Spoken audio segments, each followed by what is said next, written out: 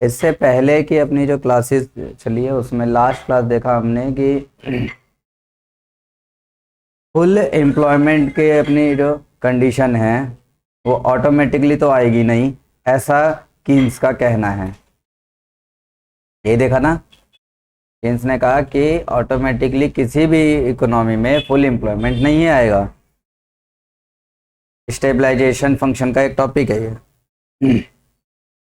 तो इसलिए गवर्नमेंट को इंटरफेयर करना चाहिए। तो गवर्नमेंट कैसे इंटरफेयर करता है? तो फिस्कल पॉलिसी और मॉनेटरी पॉलिसी बना के इंटरफेयर करता है। Done.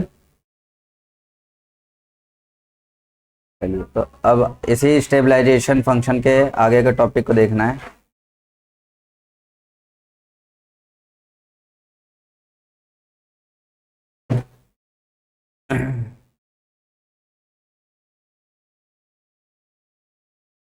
Stabilization issue also become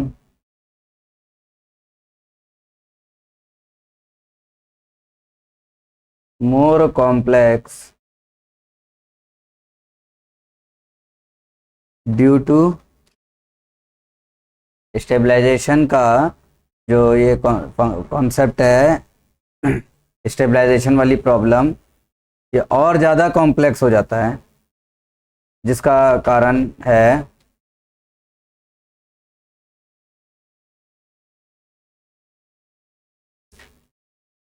कॉन्टैगियन effect. इसे हाईलाइट कर लेना।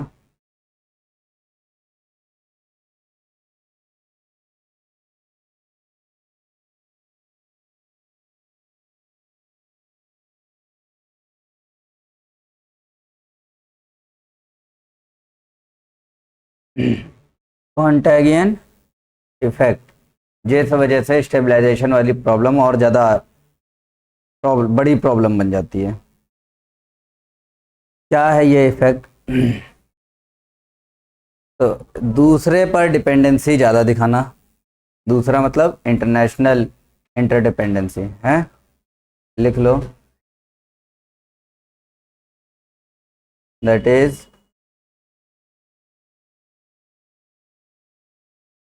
Increased international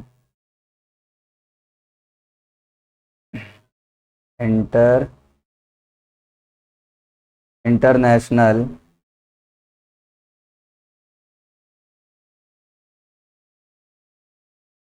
interdependence and financial integration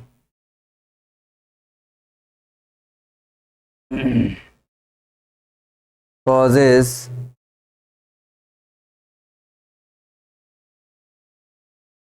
forces of instability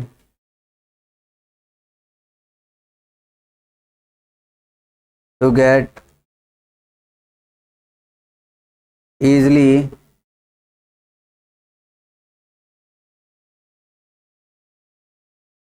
transmitted from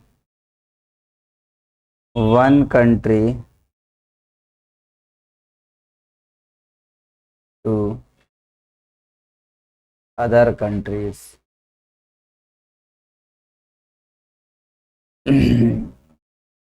ये कंटेंगियन इफेक्ट है।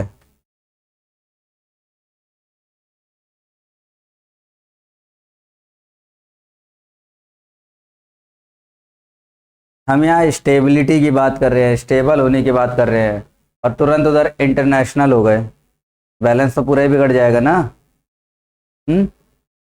ऐसे समझो, एक क्लासरूम को स्टेबल करने में टीचर लगे पड़े हैं। क्लास स्टेबल हो भी रही है, मतलब डिसिप्लिन आ भी रहा है, सब चल रहा है, सब चल रहा है। अचानक इंटरनेशनल मतलब कि वो क्या कहते हैं उसे, लंच वाली बेल बज जाए, फिर वो जो अच्छा खासा एक डिसिप्लिन क्रिएट किया था, स्टेबिलिटी क्रिएट करी थी, सब इंटीग्रेट हो गया। ये क्लास वो क्लास वो क्लास वो सारे इंटीग्रेट हो गए कि नहीं हो गए? ये और जो बड़ी प्रॉब्लम है स्टेबलाइजेशन में, स्कूल में डिसिप्लिन क्रिएट करने में ये सबसे बड़ी प्रॉब्लम है, इंटीग्रेशन, एक लोगों सबका एकजुट हो जाना, समझे ना? वही हाल यहाँ है।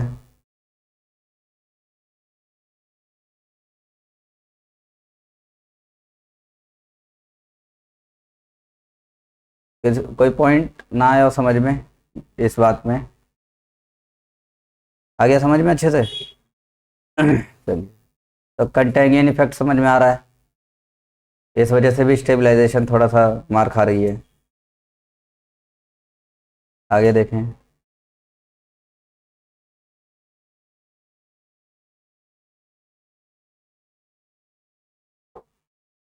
Stabilization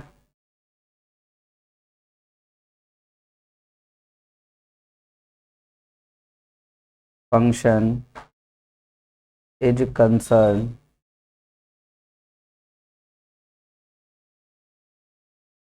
with stabilisation function concern करता है बताता है, मिलजुल के बात करता है, बताता है किस बारे में?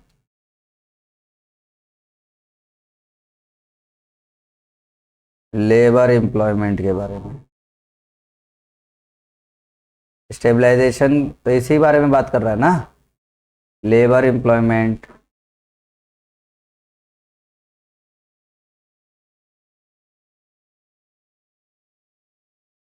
दूसरा कैपिटल यूटिलाइजेशन।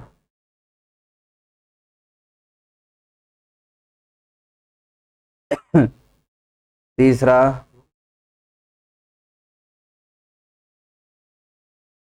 Overall output.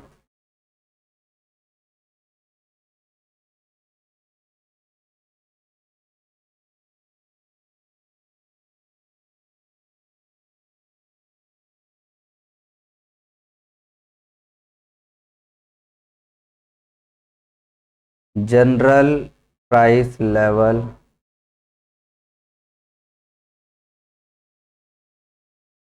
और बैलेंस ऑफ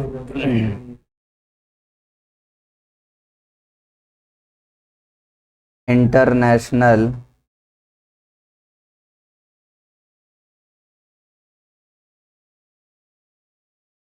पेमेंट्स एंड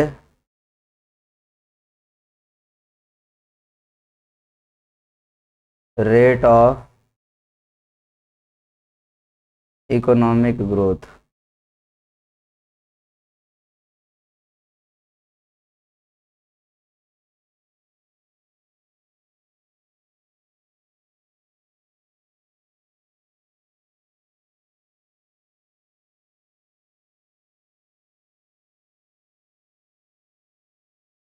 ये सारे वो पॉइंट्स हैं जिनके बारे में स्टेबलाइजेशन फंक्शन बात करता है। लेबर एम्प्लॉयमेंट, ये कहता है कि लेबर फोर्स जितना हमारे पास मौजूद है सभी एम्प्लॉयड होने चाहिए। कैपिटल यूटिलाइजेशन की बात करता है कि जितना कैपिटल मौजूद है, जितना भी रिसोर्स अवेलेबल है, अच्छे से इस्तेमाल होने चाहिए, फुल्ली यूटिलाइजेशन होना चाहिए। ओवरऑल आउटपुट की बात करते हैं कि जितना प्रोडक्शन की कैपेसिटी है उस कैपेसिटी पे काम किया जाए और मैक्सिमम आउटपुट प्रोड्यूस हो जाए। जनरल प्राइस लेवल की बात करते हैं। जनरल प्राइस लेवल मतलब इसका मतलब क्या है?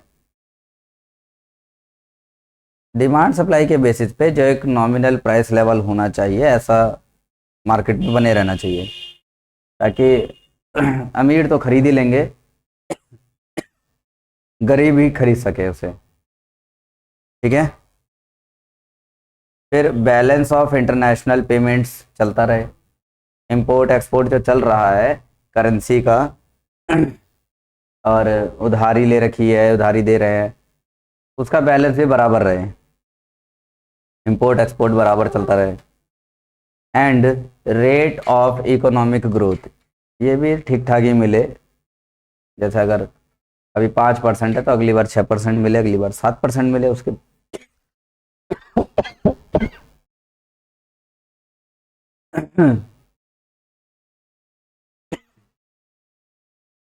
बोलते बोलते ऐसा लगता है जैसे गले में कुछ फंस जाए।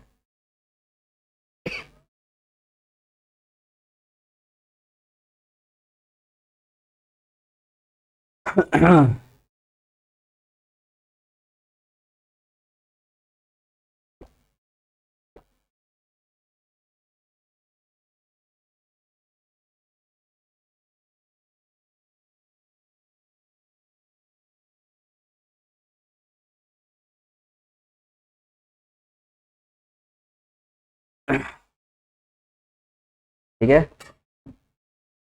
इकोनॉमिक ग्रोथ वो भी अच्छी खासी चलती रहे।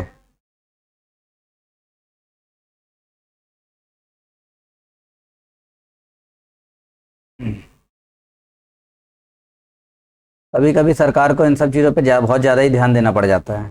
कभी तो ऐसा भी रहता है कि ज़्यादा ध्यान ना दे तो चलेगा, है। लेकिन कभी कभी ऐसे ही कंडीशंस आ जाती हैं कि सरकार को स्पेशली स्टेबलाइजेशन वाले फंक्शन पे काम करना पड़ जाता है। उसका एक केस स्टडी है, बुक में बताया गया है।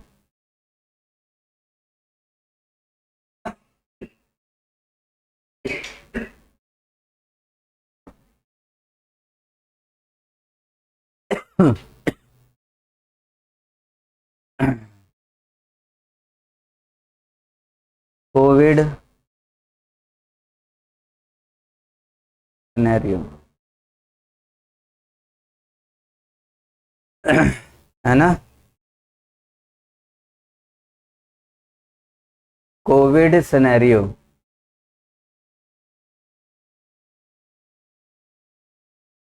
क्या था ये कोविड, ये तो सबको ही पता है। एक ऐसा टाइम आ गया था जब पूरे देश में त्राहिमाम त्राहिम, देश ही नहीं पूरी दुनिया में त्राहिमाम चल रहा था। ऐसे में हर देश लगा हुआ था अपने, मतलब हर देश की सरकार अपने देश को बचाने में लगी पड़ी थी। शायद ही कोई ऐसी सरकार रही होगी जिसे अपने देश से ज़्यादा प्यार ना रहा हो, वरना तो सभी कुछ ना कुछ एक्शन जरूर ले रहे थे। हमारे देश की सरकार ने भी एक्शन लिए, बहुत सारे एक्शन लिए। उनमें से यहाँ समझने लायक क्या है,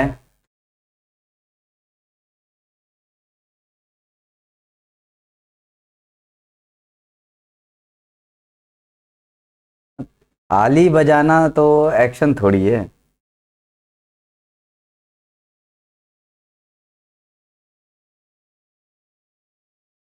तो जो एक्शन लिए वो एक तो लिया मॉनेटरी टर्म में, मॉनेटरी पॉलिसियां बनाई, और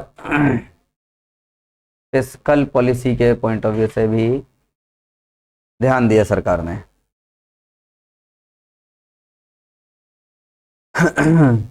मॉनेटरी पॉलिसी में क्या ध्यान दिया सरकार ने, इसमें तो इंटरेस्ट वगैरह आता है ना। हाँ, तो इसमें सरकार ने इंटरेस्ट रेट कम करे, interest rates cut down.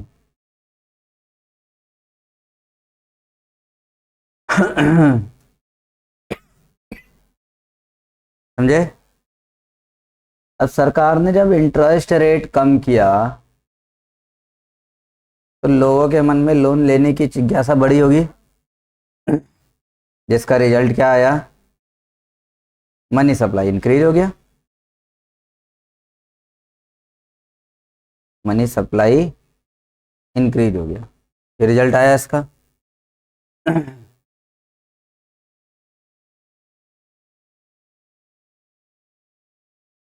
Monetary policy का रिजल्ट मिला कि नहीं, मनी सप्लाई इंक्रीज हुआ, लोगों के पास जो अपनी परचेजिंग पावर डाउन हो रही थी वो ठीक ठाक हो गई। काफ़ी सेक्टर में मंदी देखने को मिली। कई ऐसे सेक्टर जिसमें महंगाई एकदम अलग ही लेवल पे चल रही थी, वो भी देखने को मिला, सबको देखने को मिल गया है एक ही टाइम पर। इन्फ्लेशन, डिफ्लेशन, गरीबी, अमीरी, भुखमरी है,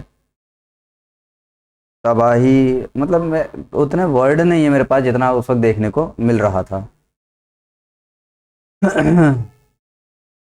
अच्छा, कुछ नौटंकियां भी देखने को मिली। बिना दिवाली के दिए जलाना, थाली बजाना। हाँ, और कईयों का बिजनेस ही ठप हो गया। टिकटॉक उसी वक्त बैन हुआ था ना उसे तो। और कितने टिकटॉकर्स बेचारे बेरोजगार हो गए। खैर, वो सारी बातें पुरानी थी। मॉनेटरी पॉलिसी लिया और काम खराब कर, मतलब ठीक कर दिया। खराब नहीं, ठीक करने की कोशिश करी। अच्छा, फिस्कल पॉलिसी में क्या करा फिर? अपने खर्चे बढ़ाए सरकार ने। कैसे खर्चे बढ़ा दिए? सब्सिडीज दी, घर घर राशन पहुंचाया फ्री में। मिला होगा ना? चावल, दाल, आटा, चीनी, तेल।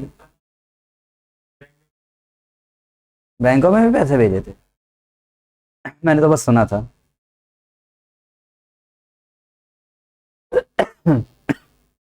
गवर्नमेंट एक्सपेंडिचर क्या कर दिए? बढ़ा दिए गए। जिसका रिजल्ट क्या आया? लोगों के पास पैसा आ गया। जैसा अभी बता रहे हैं कि खाते में पैसे आए, पता नहीं खाते खाते आए होंगे। अब आए पैसे ठीक है, उसकी वजह से मनी सप्लाई बढ़ गया ना। कोशिश पूरी की गई कि जैसे राहत मिल जाए, दिया जाए राहत।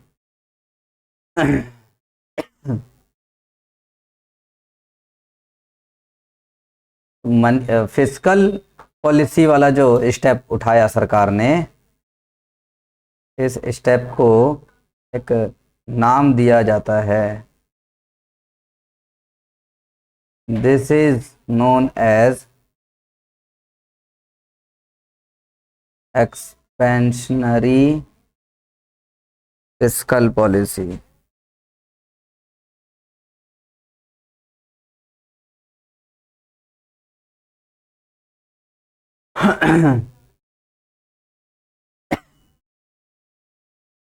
एक्सपेंशनरी फिस्कल पॉलिसी, वो पॉलिसी, वो फिस्कल पॉलिसी जिससे इकोनॉमी में मनी सप्लाई बढ़ाई जा रही हो, वो पॉलिसियाँ बनाकर मनी सप्लाई बढ़ाने की पूरी कोशिश की जा रही है, उन्हें हम एक्सपेंशनरी फिस्कल पॉलिसी कहते हैं।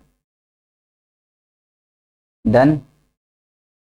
ठीक है, तो आगे बढ़ जाएं। लिखना है या आगे बढ़े?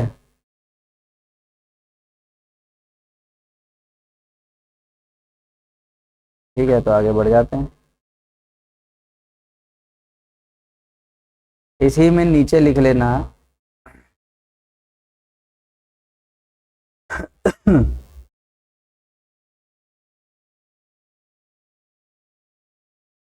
The control,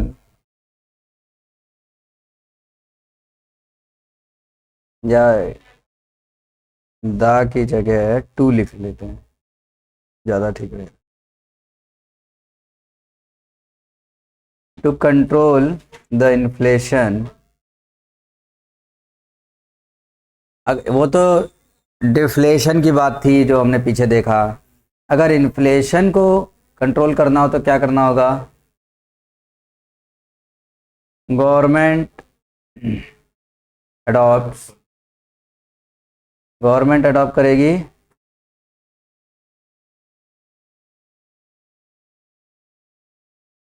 contractionary fiscal policy.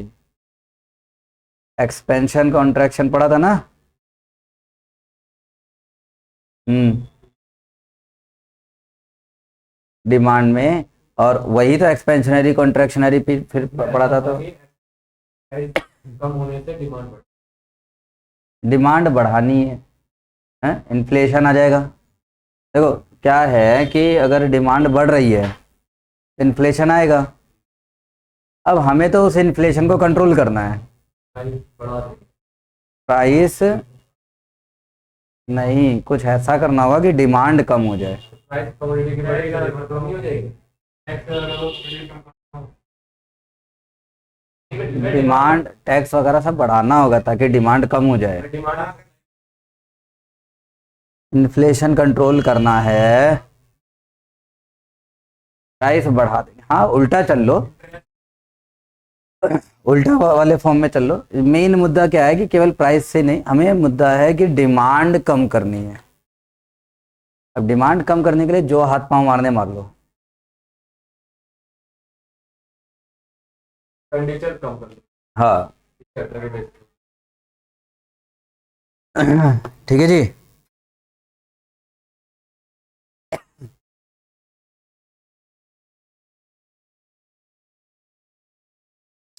तो अभी तक तो सारी कहानी हो गई। हाई इन्फ्लेशन है तो गवर्नमेंट अपना स्पेंडिंग कम कर सकते हैं, यहाँ लिख सकते हैं हम, गवर्नमेंट में डिक्रीज गवर्नमेंट स्पेंडिंग्स,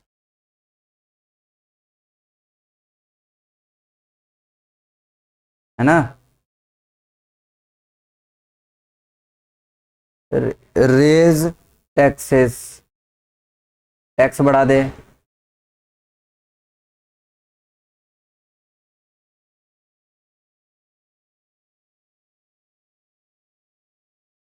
एंड या और मतलब साथ साथ या ऑप्शन में रख लें, रिड्यूस मनी सप्लाई, हो जाएगा कंट्रोल, इन्फ्लेशन कंट्रोल हो जाएगा ना इससे। अब वही अगर डिफ्लेशन को कंट्रोल करना हो तो यही सारी चीज़ें उल्टा हो जाएंगी। ठीक है, तो तुम अब समझदार बन चुके हो, तो थोड़ा और आगे बढ़ जाते हैं।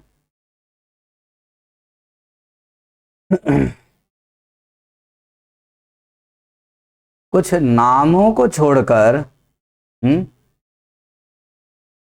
बाकी सारी चीजें नया लग रहा है या सब पुराना है,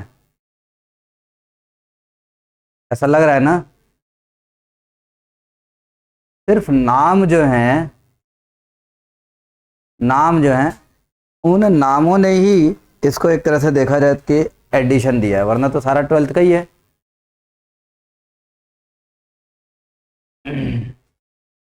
इन केस टेस्ट ले लिया जाए अगर बिना रिवीजन के, कुछ तो लिख ही सकते हैं ना, मतलब आंसर आ ही सकते हैं, मार्क्स आ सकते हैं, माइनस में ना आके प्लस में आ सकते हैं। बुक का इजी है, कौन सा घुमा के देता है, पता होने के बाद भी गलत लगाते हैं। बुक तो बहुत इजी है। हाँ होता है ऐसा, लेकिन क्या है ना कि अगर हमें स्ट्रेट फॉरवर्ड कॉन्सेप्ट पता हो, हम घुमा फिरा के चीज़ों को समझने की कोशिश कर सकते हैं।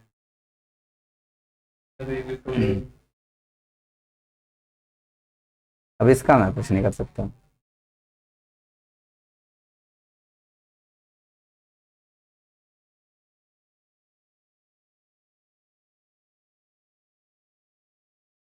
क्या एग्जाम और शादी,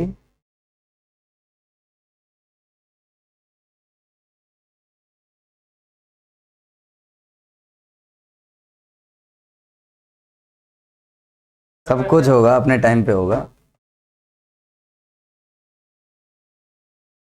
चलिए तो आगे बढ़ते हैं। एक पुराना हमारा साथी Richard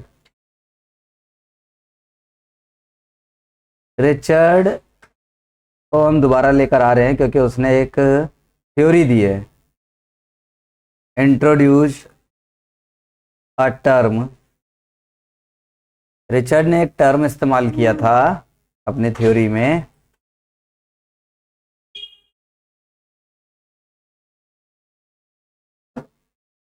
fiscal federalism. Fiscal federalism, federalism का मतलब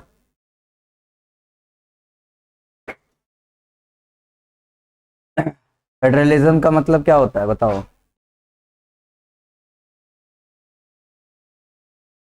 दूसरे कंट्रियों के साथ डील, ठीक है। फिस्कल फेडरलिज्म वर्ड इस्तेमाल किया।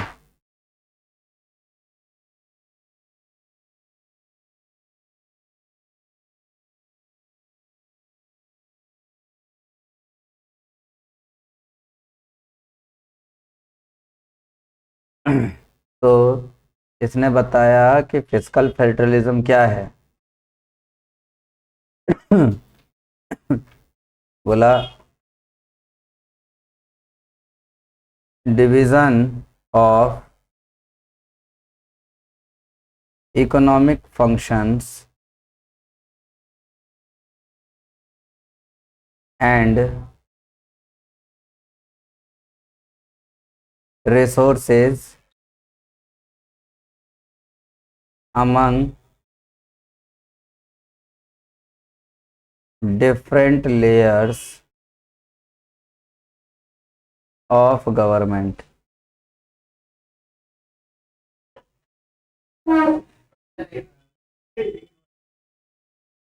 अपनी कैटेगरी में मत जाओ, यहीं रहो।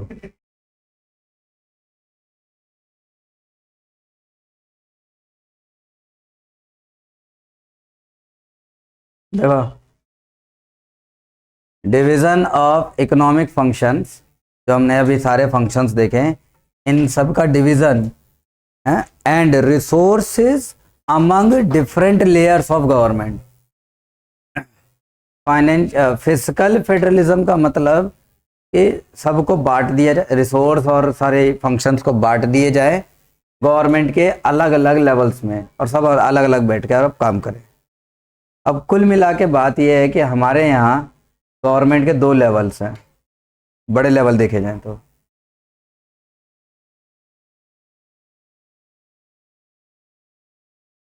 तो तुम लोग जज कर बैठे कि हाँ आवाज़ किसकी है।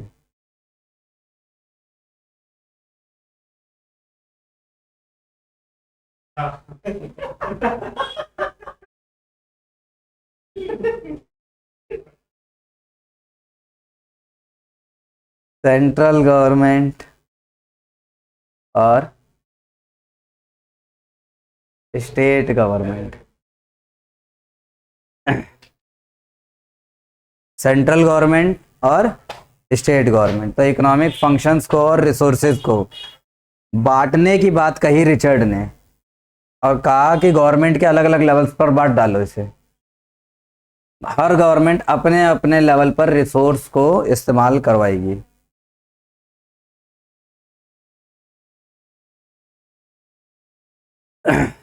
सेंट्रल गवर्नमेंट के लिए बोला रिचर्ड ने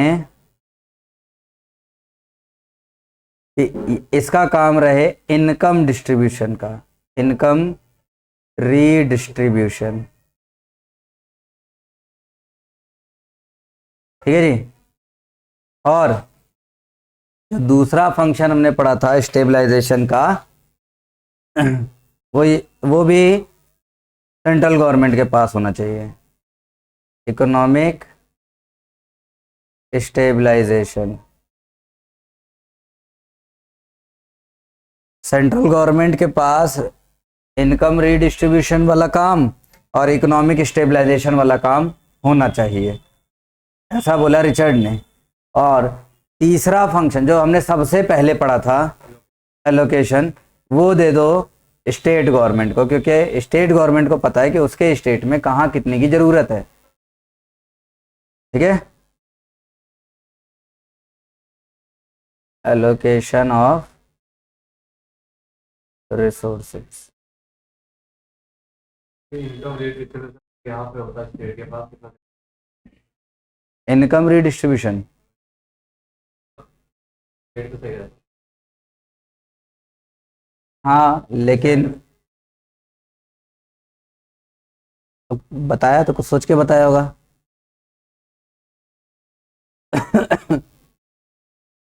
ऐसे तो देखा जाए तो सारी चीज़ें स्टेट के हाथ में भी होनी चाहिए, लेकिन ऐसा पॉसिबल नहीं है।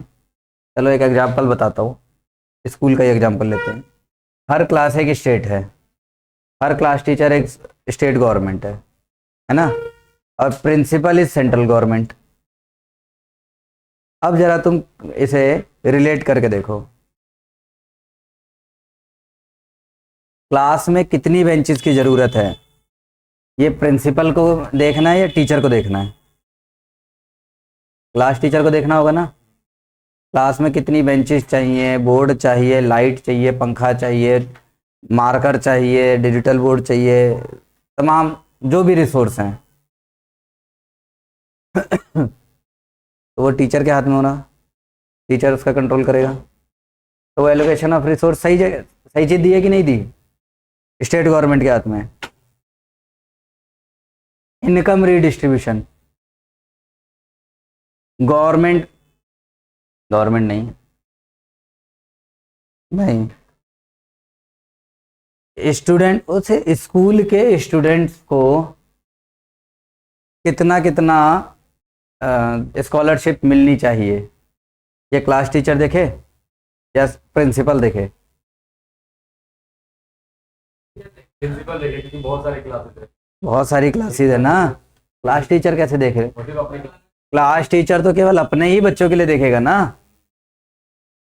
अब हाँ, हर क्लास टीचर देखेगा, लेकिन इनकम जो आया है वो तो इकट्ठा आया है।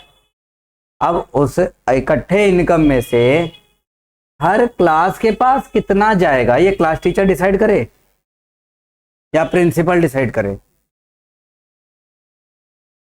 क्लास टीचर तो बता देगा कि मेरी क्लास में इतने बच्चे हैं, उस हिसाब से इतना इनकम मुझे मिलना चाहिए, ताकि मैं क्लास में अपने बांट दूं। मान लो हर बच्चे को मिल रही है,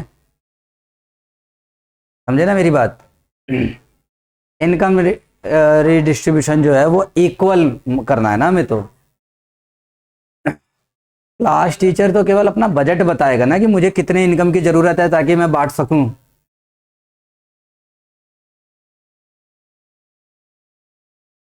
हाँ, लेकिन यहाँ पर एफिशिएंसी नहीं है ना, यहाँ इक्विटी है।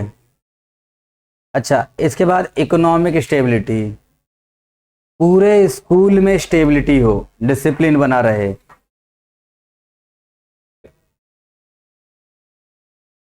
क्लास टीचर के हाथ में तो नहीं है ना ये। ठीक है, एग्जाम्पल से समझ में आ गया?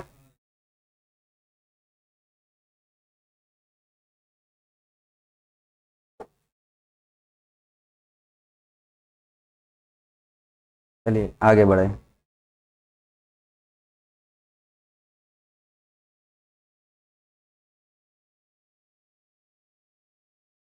In India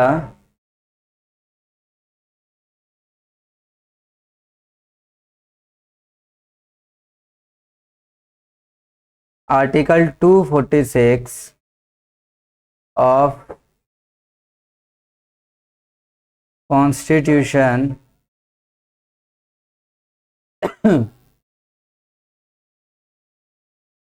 demarcate the powers of the union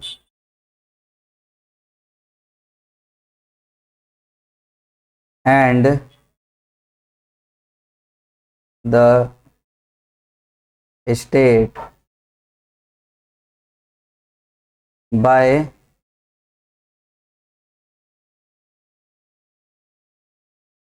classifying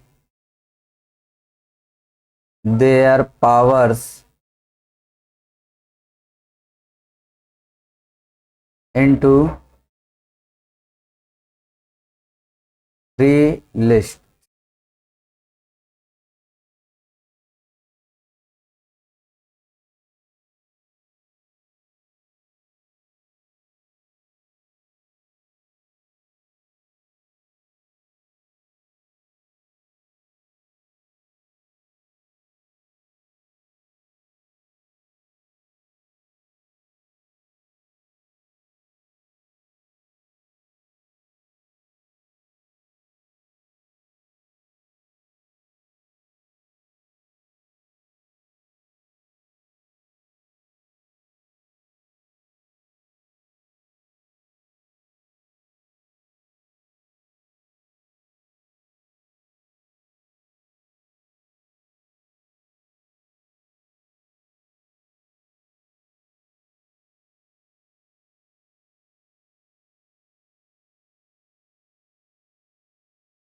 In India, Article 246 of Constitution demarcates the power of union मतलब central government and state government by classifying their powers into 3 list. Union और state की power को classify किया जा रहा है और mention कर दिया कि कौन किस रेंज में काम करेगा। तो 3 लिस्ट बनाई गई हैं, जिसमें पहली लिस्ट है यूनियन लिस्ट,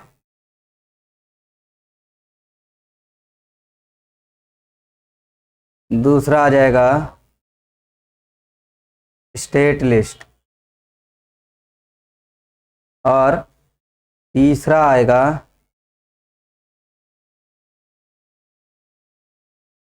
कंकरेंट लिस्ट।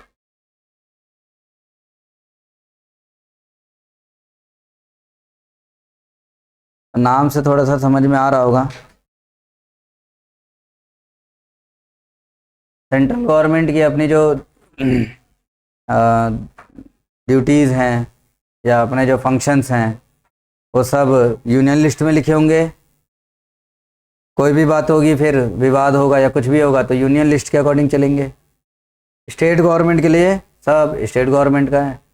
कई बार अगर किसी बात को लेके कन्फ्लिक्ट आ जाए, कन्फ्यूजन आ जाए, तो फिर कंकरेंट लिस्ट में आएंगे। तो कंकरेंट लिस्ट में भी कई बार क्या होता है कि दिक्कतें आ जाती हैं, तो उसके लिए अलग से कोई लॉ पास किया गया होता है, तो उस लॉ को मान लिया जाता है। लिख लो।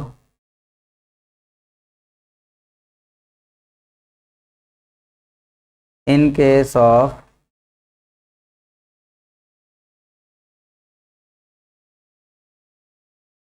conflicting legislation in concurrent list,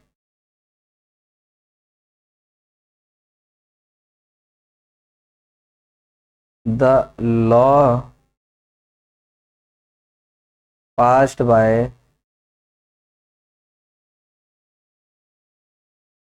centre prevails. तो सेंटर ने यानी कि सेंट्रल गवर्नमेंट ने जो लॉ पास कर रखा होगा उसे मान लिया जाएगा। तो सीधी यहाँ पे बात दिख रही है कि अगर स्टेट गवर्नमेंट के रेंज की कोई बात है तो वो स्टेट लिस्ट में आ जाएगा। स्टेट गवर्नमेंट का स्टेट कोर्ट में या हाई कोर्ट में बातचीत चलेगी, है ना, सब उसी के अकॉर्डिंग। और अगर सेंट्रल गवर्नमेंट का कोई फंक्शन है तो यूनियन लिस्ट में होगा। कंकरेंट जिसमें दोनों को मिला के चलना है, स्टेट और गवर्नमेंट को मिला के चलना है, तो वो कंकरेंट लिस्ट में आ जाएगा। अगर कई बार कन्फ्लिक्ट आ जाए कि कोई फंक्शन स्टेट का है कि सेंटर का है, आ जाता है ना कई बार। स्टेट गवर्नमेंट सेंट्रल गवर्नमेंट पे उंगली उठा रही होती है कि उनका काम है, और सेंट्रल गवर्नमेंट उंगली उठा रही होती है स्टेट गवर्नमेंट पे कि इनका काम है। तो ऐसे में क्या करना है, जो भी सेंट्रल गवर्नमेंट ने लेजिस्लेशन पास कर रखा होगा उसके अकॉर्डिंग चलेंगे। फिर जो भी लॉ निकाल रखा होगा उसके अकॉर्डिंग चला जाएगा, ठीक है। बॉर्डर डिस्प्यूट्स बहुत होते हैं ऐसे में। मान लो कि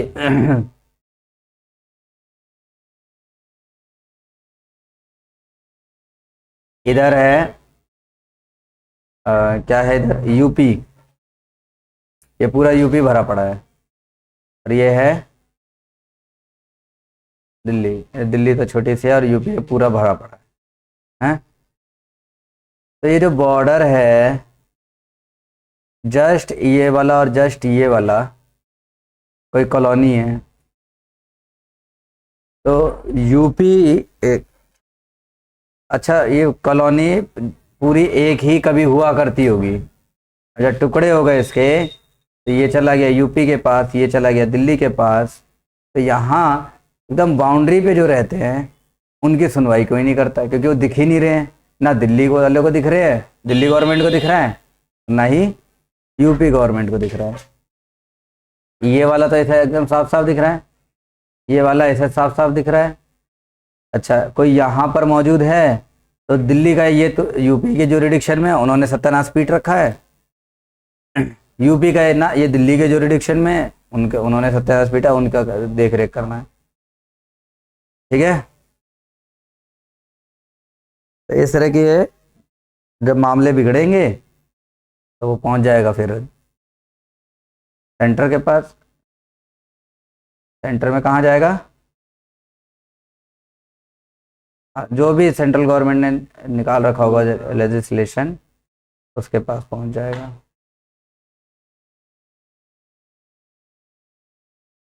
हम्म,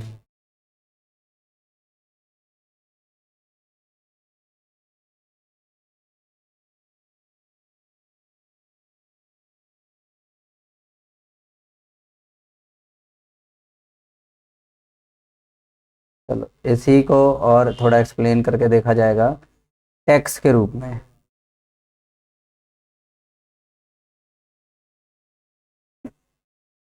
टैक्स टैक्स के रूप में इसे समझा जाए जरा।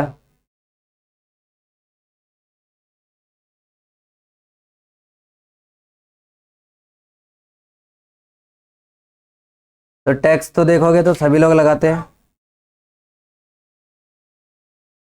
एक तो लगा दिया bye centre government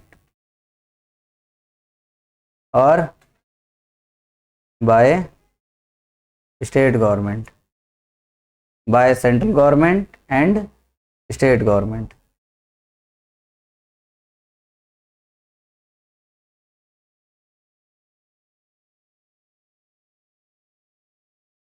central government के अंडर में कौन कौन से टैक्स आ जाएंगे,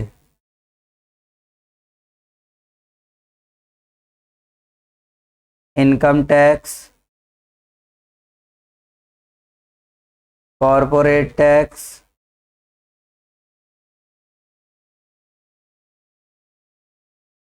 वेल्थ टैक्स, एक्सपोर्ट ड्यूटीज, है ना,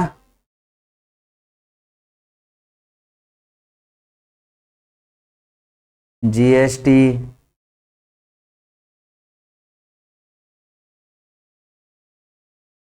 custom duties,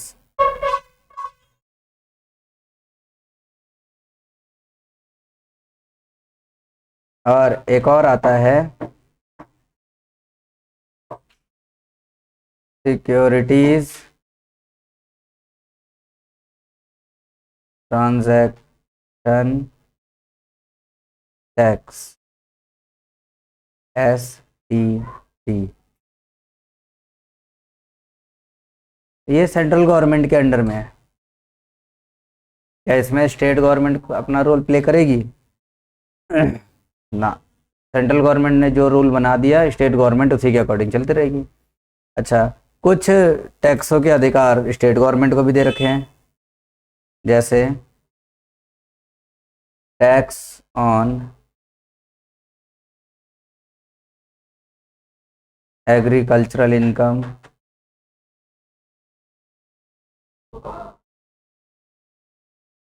tax on electricity,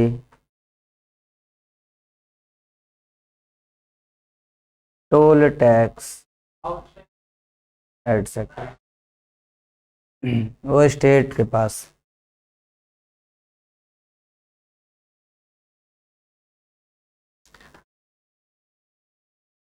आ जाएगी ना। हाँ, लेकिन वो कंट्रोल उसका सेंट्रल के पास है।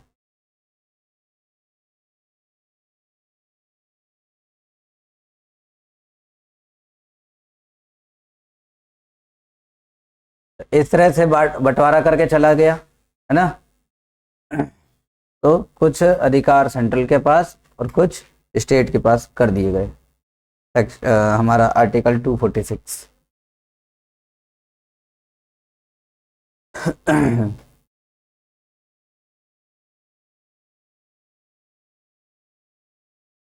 आगे आर्टिकल 268 टू 281।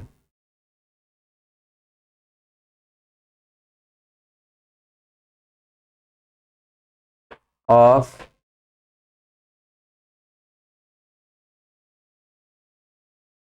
कॉन्स्टिट्यूशन, ठीक है, ये भी आर्टिकल है। क्या रखता है ये अपने साथ? Contain specific provisions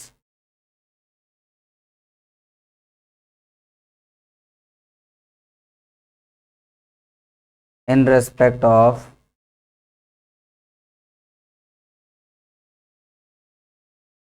distribution of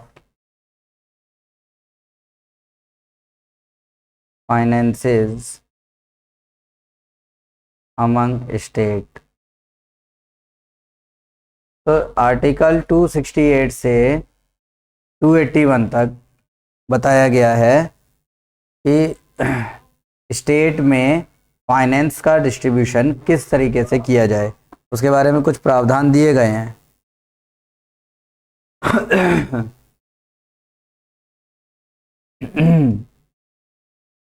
तो कुल मिला के ये वाली बात भी वही जो तुमने अभी जीएसटी वाली बोली वही है।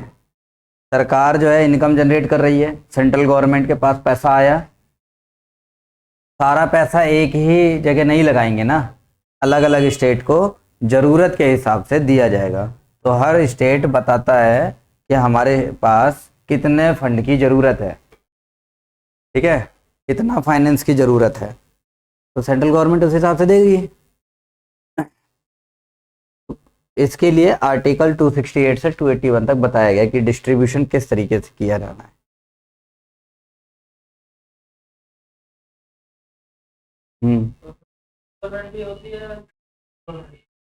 स्टेट गवर्नमेंट भी जा सकती है।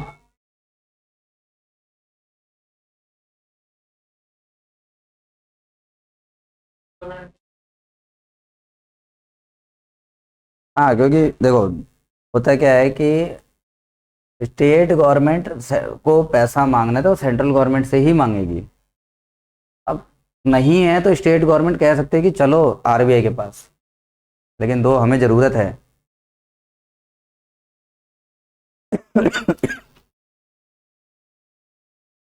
तो यहाँ पर कॉन्सेप्ट ये है कि जो सेंट्रल गवर्नमेंट है उसने कमाया रेवेन्यू, और यही रेवेन्यू सारे स्टेट्स में बटेगा।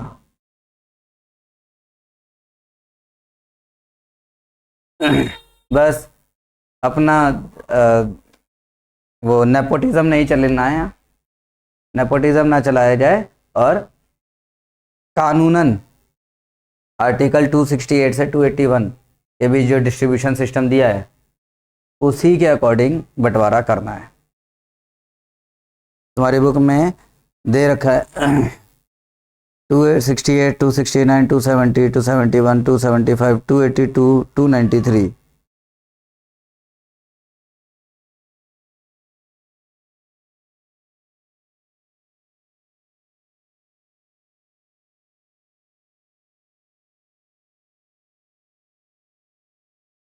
आगे बढ़े।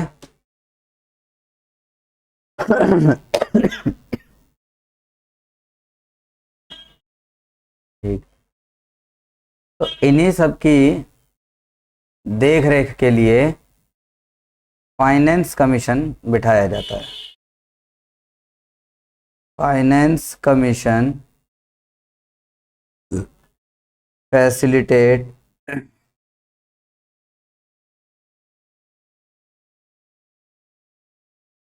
such transfers। इन ट्रांसफर्स को करने के लिए फाइनेंशियल कमीशन मौजूद है, वो काम ये करेगी। ठीक है, यानी ये सेंट्रल गवर्नमेंट की एक बॉडी है, इसका काम बंटवारा करना।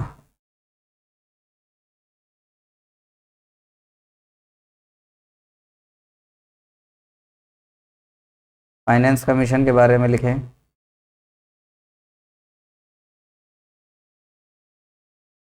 It makes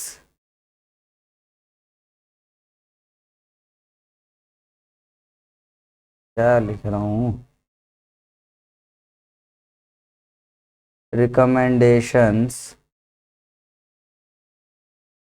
to president as well.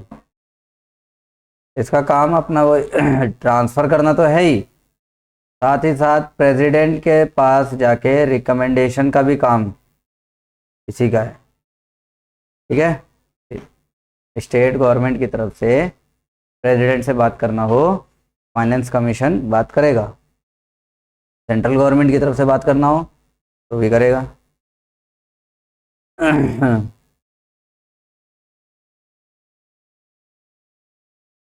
फिर 15th फाइनेंस कमीशन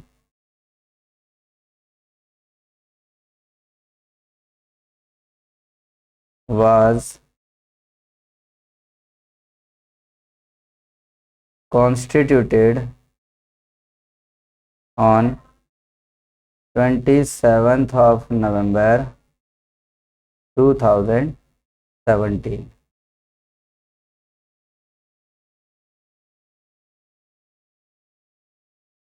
डेट क्या है?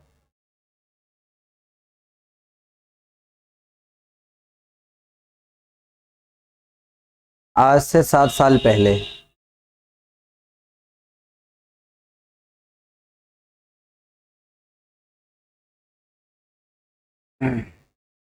अगला लिखो।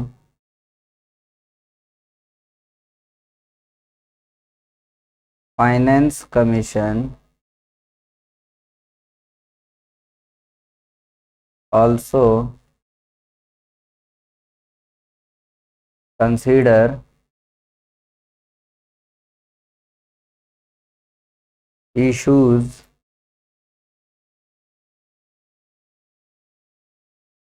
related to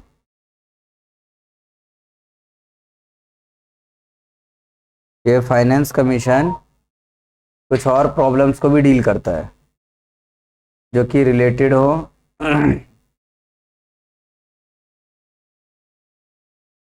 vertical equity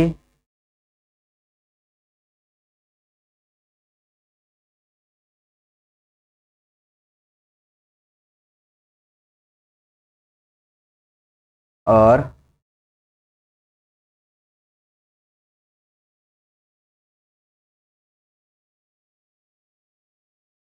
horizontal equity.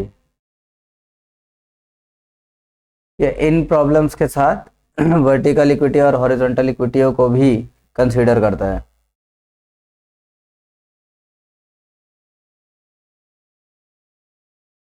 Vertical equity क्या है? ये कहता है कि सेंट्रल गवर्नमेंट ने जो भी रेवेन्यू कमाया है वो सभी स्टेट में रहेगा। तो vertical equity share of all states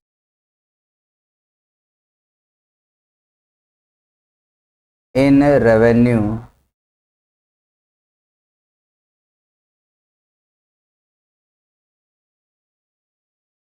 collected by centre. कहने का मतलब है कि सेंटर ने जितना पैसा कमाया है उसमें सभी स्टेट का हिस्सा है, भले थोड़ा सा ही हो लेकिन होगा सबका।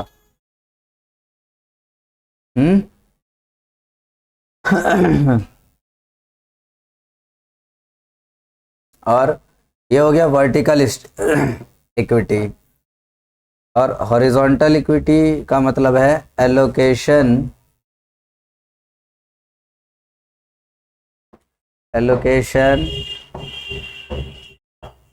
Among states.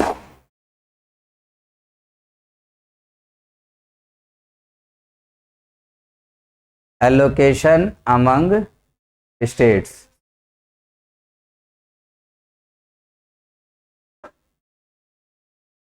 स्टेट्स के बीच में आपस में सब चीज बटे, इस बात पे ध्यान देना। पहले तो सेंट्रल गवर्नमेंट की इनकम सबके पास पहुंचे, और allocation of income and resource, खासतौर पे इनकम ही वो हर स्टेट के पास मिलती रहे, एलोकेट होती रहे सबके पास। ध्यान देते रहेंगे इस बात पे।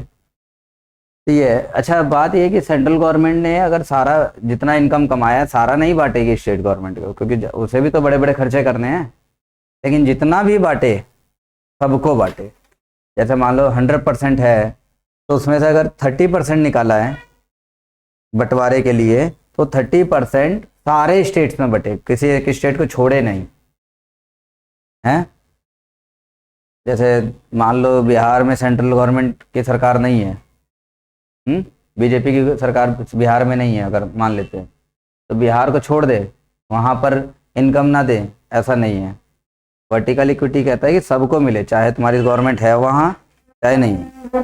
और हॉरिजॉन्टल इक्विटी कहता है कि सब में किस तरीके से बंटवारा कर रहे हो, ये भी हम देखेंगे।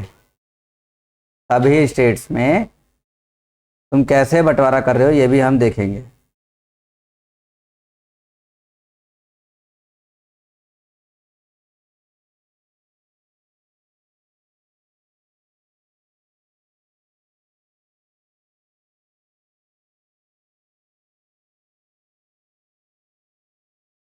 ठीक है, तो यहाँ तक रख लेते हैं।